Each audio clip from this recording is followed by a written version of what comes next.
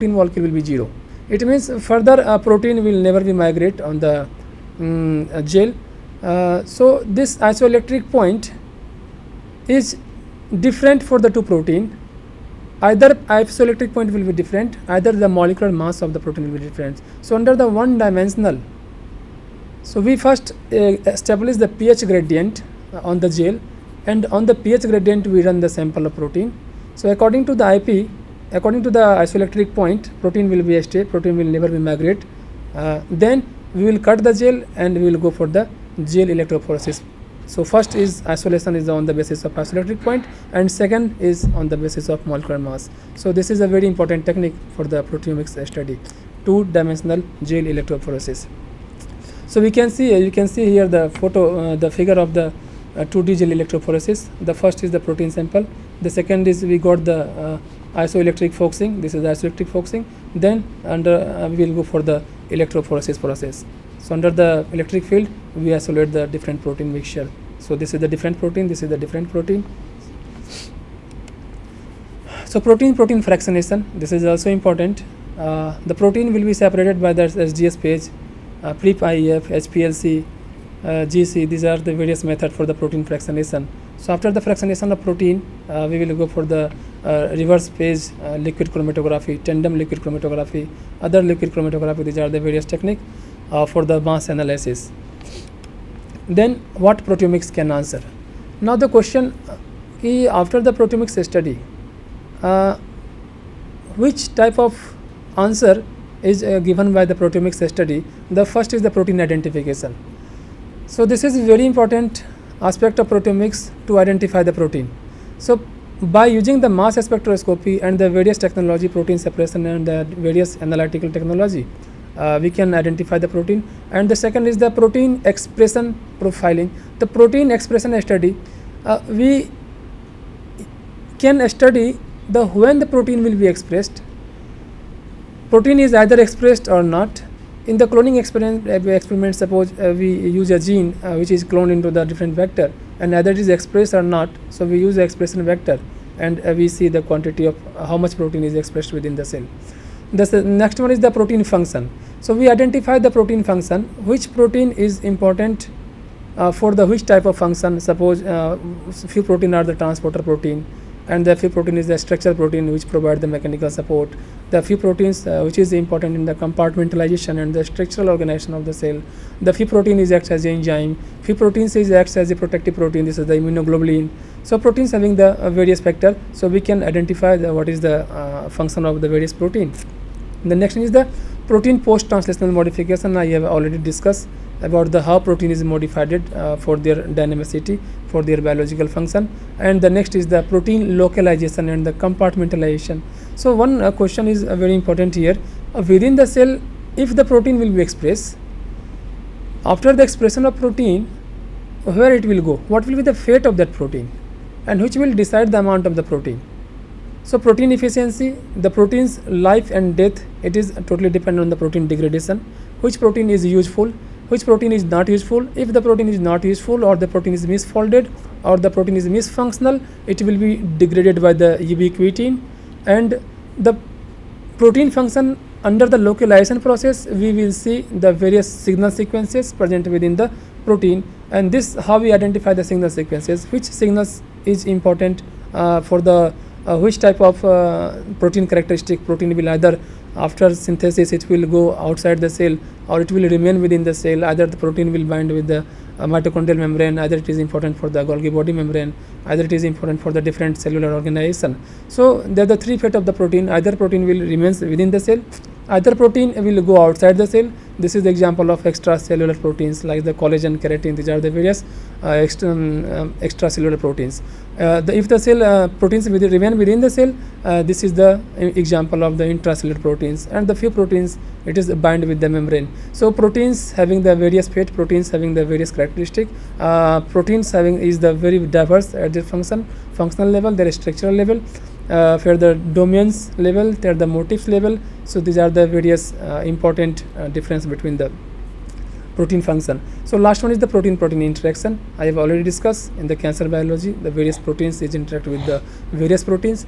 and this interaction will basically it is involved into the regulatory actions. So how protein regulate the function of the gene, how protein regulate the expression of the DNA, how protein will regulate the function of expression of the DNA, RNA as well as the protein. So this is the life and death of the protein. So life of death of the protein, there is the certain protein which having a certain lifespan within the cell. So after the some time it will be death. Few proteins is misfolded within the cell. It is again degraded by the ubiquitin ligate or the proteasome.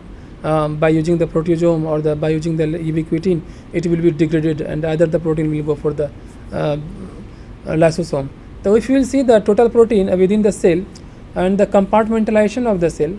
So cell is behave as the compartment. Within the one is the nucleus is there, other the mitochondria, Golgi body, the endoplasmic reticulum. So these are the major space between the Golgi body and between the endoplasmic reticulum and Golgi body and lysosome. This is the three major space, major compartment covered within the cell, which is called the Gerl complex, and this is the very important part of the endomembrane system for the protein synthesis, for the protein modification, for the protein secretion, for the protein addressing, for the protein packaging. These are the various events happening within the cell.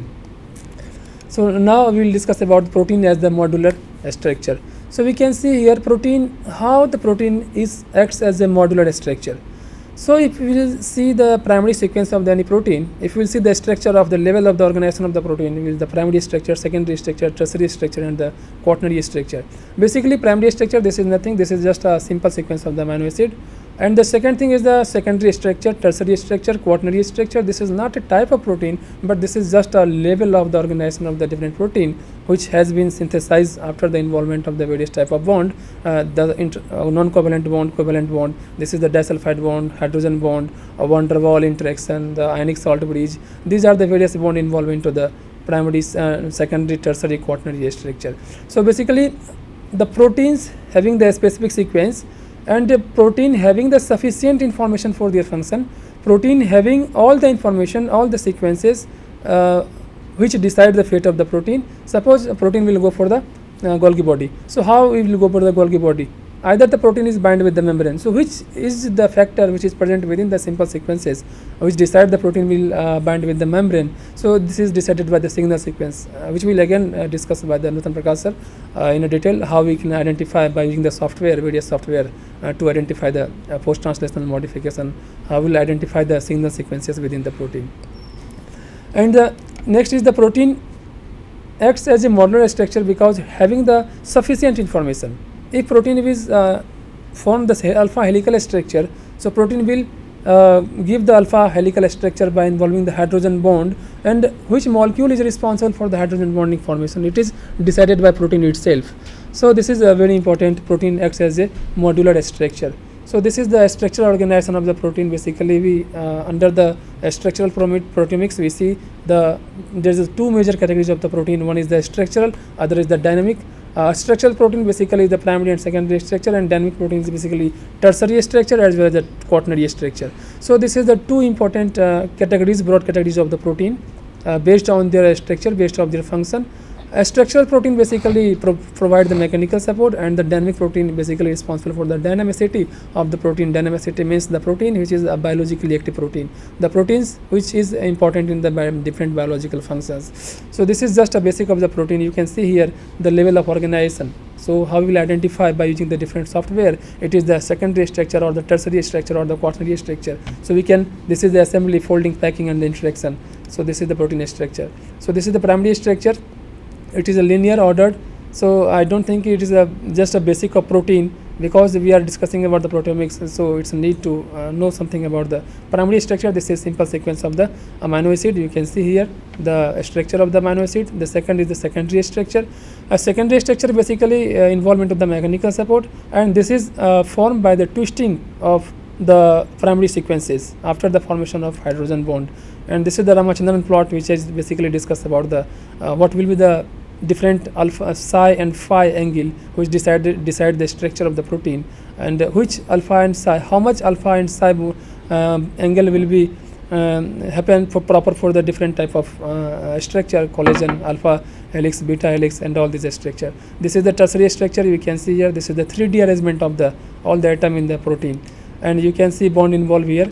Different bond, 4 type of bond involved here, and this is the quaternary structure. 2 or more subunit will be combined, and you can see here the functional protein families. If you will see the whole structure of the cell and the whole content of the protein distribute according to their function, you can see here. So it decides the all the enzyme involved in the intermediate metabolism. This is the 15% cover all the proteins of the proteome. And the second is the protein associated with the structure organization, and the protein synthesis is the 15 to 20% of the total proteomes. And the finally was the signaling molecules and the DNA binding protein. This is the 20 to 25% of the total cellular proteins, and finally 40% protein which has been expressed having the unknown function. So this is the total distribution of the total protein within the cell. Next, deducing proteome from the genome. So this is very important to know about, and the challenge is facing by the researchers to know about the who characterize the genome in an organism is how many genes are there. If number of gene, it is characterize the organism, it is characterize the genome, and the answer to this question can give us some idea of how many proteins may exist in the proteome. This is important. How many proteome exist in the proteome, and how many proteome exist in the genome according to the genome. So we can deduce the proteome from the genome. So just we can take the few idea about what is the characteristic of the proteome according to the genome. So you can look the core proteomes for the few organisms, illustrate interesting aspect. The relationship between the complexity of the organism and the number of gene in the genome is not simple. It is a very complex to understand. Gene expression and the protein level. So the rate of transcription of the gene, the efficiency of translation of mRNA into the protein, the rate of degradation of the protein, it is basically decide the level of how much protein will be expressed within the cell. This is the 3 important aspect. And the conclusion, the proteome, it is essentially an organism, a collection of somewhere between 30 to 80% of the possible gene product. Most of these proteins are expressed at the relatively low level. Most protein exist in a multiple post-translationally modified form, and this situation poses the greatest challenge for the proteomic analysis. So here a study of large XL protein. So we have the spliceosome involvement to the intron splicing in the post-transcriptional modification of the mRNA.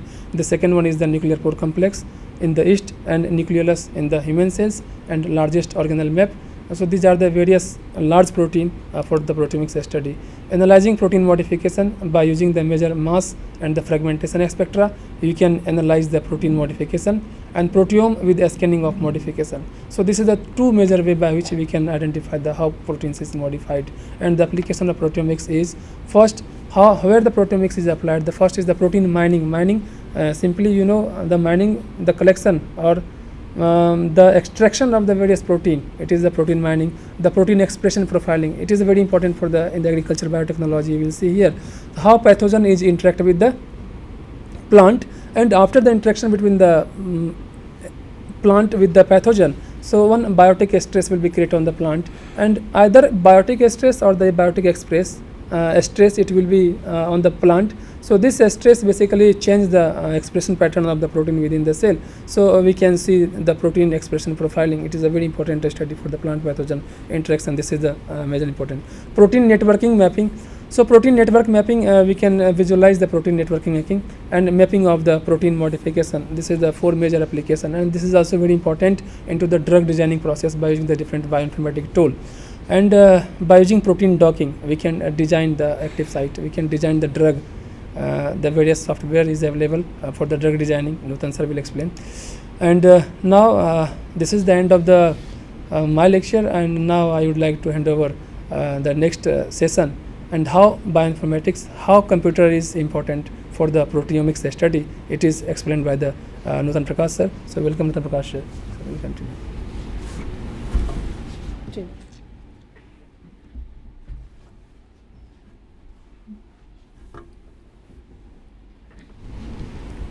Thank you very much, Praveen sir.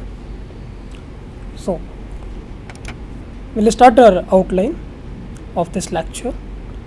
We are going to cover the overview of biological databases, then in brief about the protein sequence databases as well the protein structure database, and later on we'll go some hands-on some experiments that how actually bioinformatics can help in the protein research. So we understand the databases are, as already Praveen sir have discussed about the databases. First we will discuss by a very simple example. Suppose while you are giving the examination, your university is declaring your result. So assume if we use the, right now we are using it, if we use the computers for the result declaration, so what university, suppose university your results should be typed in the Microsoft Word, and after 10 to 20 pages they have written a result, then they uploaded then that paper on the university website. If you have to find your roll number or whatever your result is there, what you have to do, you simply have to download the Word file, and one by one you have to keep searching your roll number. That will be a bit inconvenient. You just imagine if any university, if lakhs of students are there or crores of students are there, just for example, what will be the fate, how much time you will take to just search your result? It will take definitely a lot of time and lot of effort. So the same thing happened with the biology also.